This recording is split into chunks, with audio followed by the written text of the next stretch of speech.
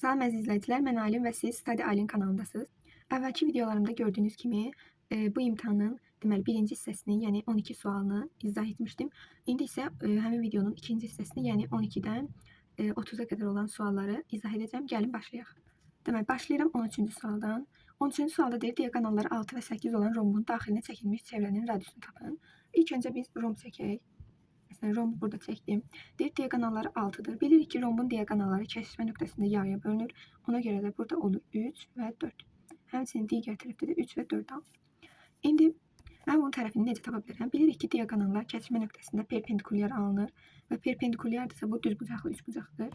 Yəni bu nəticəyə gələ bilirik. Düzbucaqlı üçbucaqdırsa 3, 4 nə ola bilər? 5 ola bilər Pifaqor üçbucağına görə. İndi bizə deyir ki, həmin bu rombun daxilinə çəkilmiş çevrənin radiusunu tapın. Deməli, daha səliqəli olması üçün kənardan yazdım yenidən. Deməli, tərəfimizi 5 tapdıq. Bizə deyir, daxilinə çəkilmiş çevrənin radiusunu tap. İlk öncə gəlin bunun deməli sahəsini tapaq. S bərabərdir diaqonalların hasilini 2-yə bölsək. Burada 6 ilə 8-in hasili 48. Onu da 2-yə bölsəm, deməli alaram 24. 24 alandan sonra bilirik ki, deməli daxilinə bir, yəni çevrə çəkiləndə rombun, bunun düsturu tapılır. R bərabərdir H/2 ilə. Yəni bizə hündürlük lazımdır. Mən hündürlüyü necə tapa bilərəm? Sahənin köməyi ilə tapacağam. Bizim rombda 2 dənə sahə düsturumuz var. Biri D1 vur D2/2-dir, biri də S bərabərdir AH-dır. Mən birinci düsturumdan sahəsini tapmışam. İndi burada tərəf və sahənin yerini qoysam düsturda mənə H çıxar. Gəlin belə yazaq. Məsələn, tərəfimiz A-dır, yəni 5H bərabərdir S, yəni 24. Buradan da H çıxar 4,8. Deməli, bizim hündürlüyümüz nədir? 4,8-dir. Bizim də düsturumuz H/2-dir. Deməli, H-ı da tapdımsa, 4,8-i də deməli 2-yə bölsəm, bu alınar deməli 2,4. Cavabımız da oldu 2,4. İndi qarşı olduğuna görə yenidən bir göz ataq həllimizə. Neynədik? Rombumuzu çəkdik. Diaqonalları yarıya böldük 3 və 4. Pifaqorun köməyi ilə də tərəfimizi 5 tapdıq. İndi sahə düsturu ilə diaqonal sahə düsturu ilə sahəmizi tapdıq. Daha sonra ikinci sahəmizlə, yəni AH-la yerinə qoydum, H-ı tapdım. Düsturumuz da hündürlük bölü 2 olduğuna görə hündürlüyümü, yəni 4,8-i 2-yə böldüm, aldım 2,4. Bu da 13-cü sualın cavabı. İndi keçək 14-cü suala. 14-cü sual deyir, parçanın əvvəlcə 50%-ni, daha sonra qalan parçanın 90%-ni kəsdikdən sonra 30 metr parça qaldı. Əvvəlcə parçanın uzunluğu nə qədər idi? Deməli, parçamızı 100% götürsək, bunun 50%-ni, 100-dən 50 çıxsaq qalar 0,5. İndi sonra da deyir ki, bu parçanın 90%, yəni 100-ün 90%-ni çıxsam nə olub qalar? 10 qalar. İndi bunların hamısını deyir kəsəndən sonra sonda 30 metr qaldı. Gəlin bunu tənasüblə əldə edək. Yazıram 0,5-ə, deməli 30, çünki 30 metr qalıb. Ona da x. İndi bunu hesablayaq. 0,5x bərabərdir 300. Bunu 10-luq kəsirlə rahat bölmək üçün hər tərəfini 10-a vururam. Qalır 5x bərabərdir 310-a vursam 3000. 3000-i də 5-ə bölsəm x bərabərdir 600. Yəni cavabımız oldu 600A variantı. Deməli, indi gəldim 15-ci suala. 15-ci sual bərabərsizlik sualıdır və məncə asan bir sualdır. Deməli, 5x çıxılsın 20 çıx kiçik bərabərdir 0. Bizə bu verilib. Gəlin həll eləyək. Deməli, burada 20-ni digər tərəfə keçirsəm, 5x kiçik bərabərdir 20-dən. Deməli, 15-ci sualdan davam edirik. Burada yazıram 5x kiçik bərabərdir 20. Hər tərəf 5-ə bölsəm, x kiçik bərabərdir 4.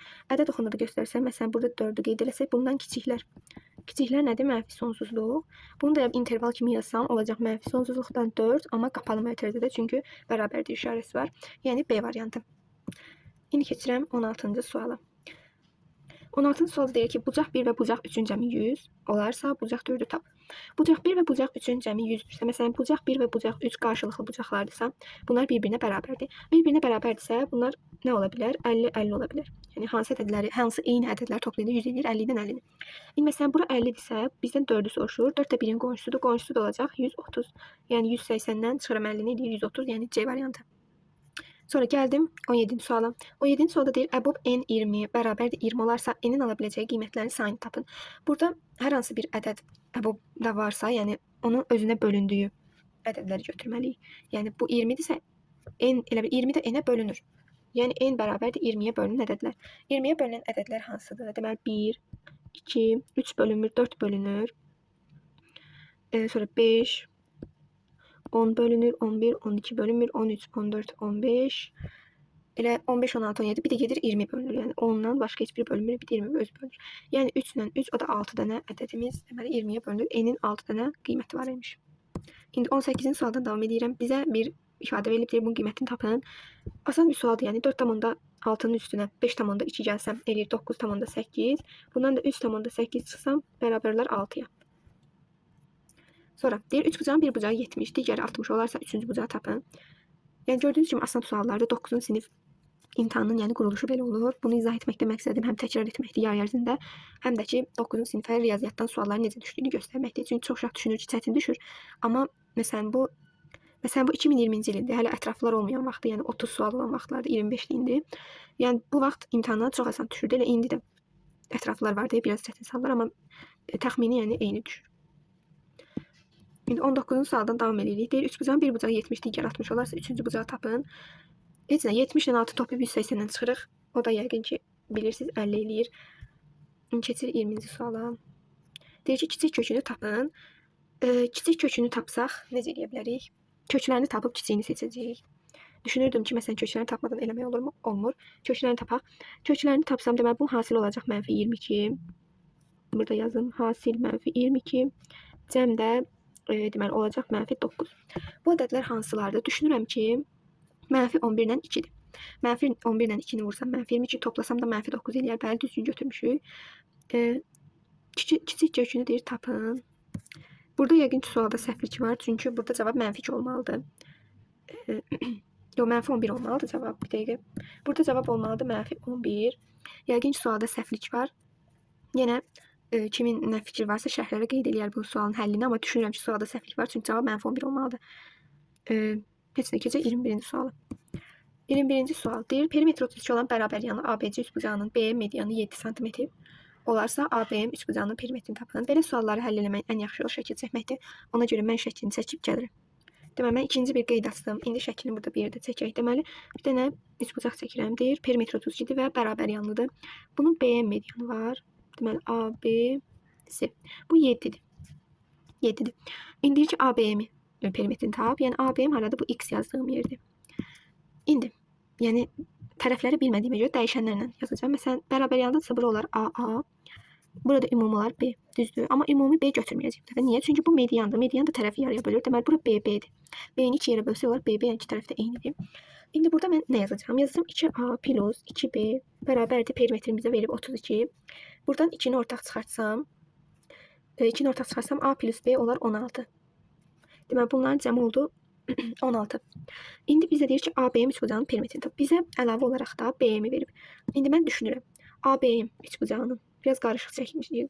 Çox yazı oldu, yəni qarışıq görünür, amma asandır. Deməli ABM üçbucağı bu mavi olandır. Bunu perimetrini tapmaq üçün mənə A, B və bu 7 lazımdır. AB-nin cəmini bilirəm 16. Bir dənə də 7 var orada. Eləyir 23. Deməli bizdən soruşulan ABM üçbucağının perimetri 23-dür. Cavabımız da olur B variantı.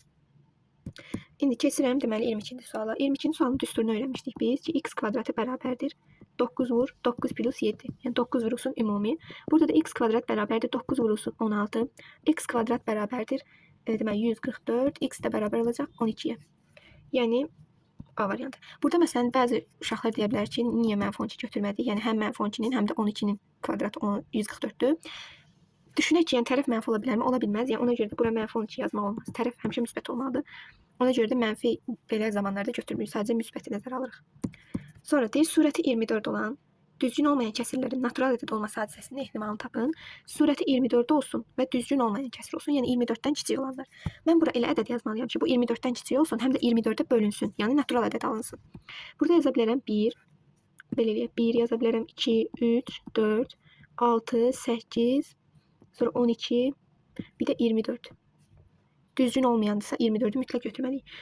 Bunun da hadisəsinin ehtimalı deməli 24 ədəddirsə ümumi 24 ədəddir. 1, 2, 3, 4, 5, 6, 7, 8. 24-də 8. Bunu 8 ixtisar etsəm qalar 3-də 1. Yəni C variantı. Sonra trapeziyanın kiçik oturacağı 9, orta xətti 12 olarsa onun böyük oturacağının uzunluğunu tapın. Bunu heç şəkil çəkməyə ehtiyac yoxdur. Deməli orta xətt necə tapılır? A plus B bölü 2, yəni oturacaqlarının cəmini 2-yə bölürük. Burada oturacağın birini verib məsələn A-ya qoyaq. A 9 plus B bölü 2 bərabərdir 12. Buradan da tənasübdən 9 plus B bərabərdir 24. B də bərabər olar. Deməli 15-ə. Yəni B variantı. 25. Asan bir tənasüb sualı. Bunu çarpaz vursam 5A bərabərdir 60, A da bərabərdir 12. Bizdən də elə A-nı soruşur, cavab D variantı. 26-cı suala. Deyir, ədədləri artan sırayla yazın. Bunların hər birinin əsaslarını 2-yə gətirirəm. 4 üstü 6, elə bir 4-ü necə yaza bilərəm? 2-nin kvadratı kimi. Bunu da üstü 6, üstü 7. Yəni 2 üstü 12-nin, elə bil 12, 7. Belə. İndi buradan 12-ni də 7-yə vursam, belə yazsaq da. Burada onlar deməli 2 üstü 84. 2 üstü 84 birinci ədəd. Sonra 2 üstü 9 elə qalsın, çünki bizə əsası 9 olan lazım. Sadəcə üstlərini vursaq 2 üstü 72.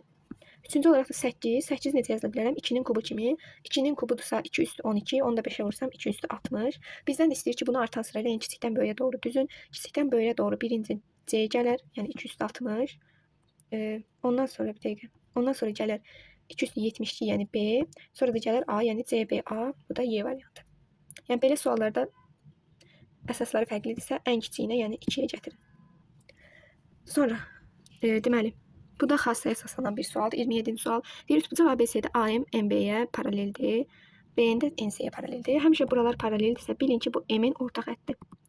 Sonra ABC ümumini 60 verib, C-nin sayəsini, MB-ni soruşur.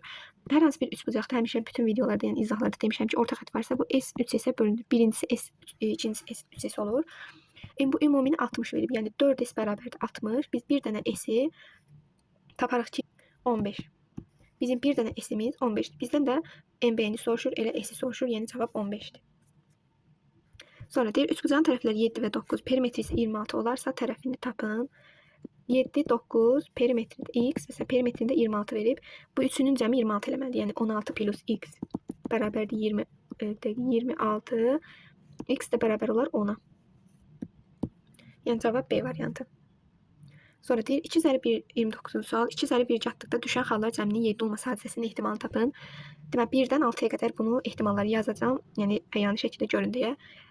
7 olsa, məsələn, cəmi 7 olsa olar 1, 6, sonra 2, 5, 3, 4, 4, 3, 5, 2, bir də 6, 1. Bunu da deyir, hadisənin ehtimalını tap. Ümumi 36'da 2 zər olanda, 1 zər deyirsə 6'da, 2 zər deyirsə 36'da. 36'da 1, 2, 3, 4, 5, 6, 36'da 6, yəni 6'da 1.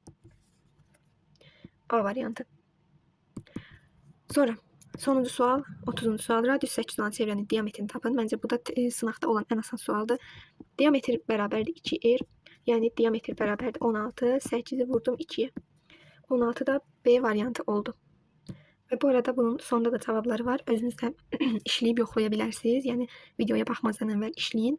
Daha sonra da məsələn yoxlayın. Bu da cavabları. Deməli, bugünkü izahımız bu qədər idi. Videonu bəyəndinizsə like atmağı, kanala abunə olmağı və şərhlərdə fikirlərinizi yazmağı unutmayın. Növbəti videolarda görüşərik. Sağ olun.